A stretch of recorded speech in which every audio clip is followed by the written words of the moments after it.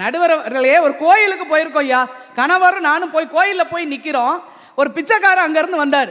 வந்தவர் சொன்னார், அம்மா மகாலட்சுமி 2 கண்ணும் தெரியாத குருடமா, ஏதாவது போடுங்க. உடனே எங்கள் வீட்டுக்காரர் சரார்னு பைக்குள்ளேருந்து 200 ரூபா நோட்டை எடுத்து போட்டார்.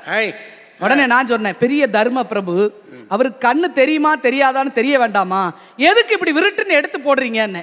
உடனே அவர் சொன்னார், இல்லை நிச்சயமா அவனுக்கு 2 கண்ணும் தெரியாது. ஏன் தெரியுமா, உன்னை போய் மகாலட்சுமிங்கிறானே, அவனுக்கு கண்ணு தெரியாதுன்னு தானே அர்த்தம். இப்படி சொன்னா எப்படி நமக்கு கோவம்? அவர் மனசுக்குள்ள எம்பிட்டு ஆத்திரம் இருந்திருந்தா இப்படி சொல்லியிருப்பாரியா? இதெல்லாம் விட பாருங்களேன், டிவியில ராசி பலன் ஓடிக்கிட்டு இருக்கு. ஒரே வருஷத்துல 4 கிரகங்கள் மாறுகிறது அப்படின்னு ராசி பலன் சொல்லிக்கிட்டு இருக்காரு. இந்த குரு பயிற்சி சனி பயிற்சின்னு வரிசையா சொல்றாங்களே, அப்படின்னா என்னன்னு ஒரு மனைவி கேட்கிறாங்க.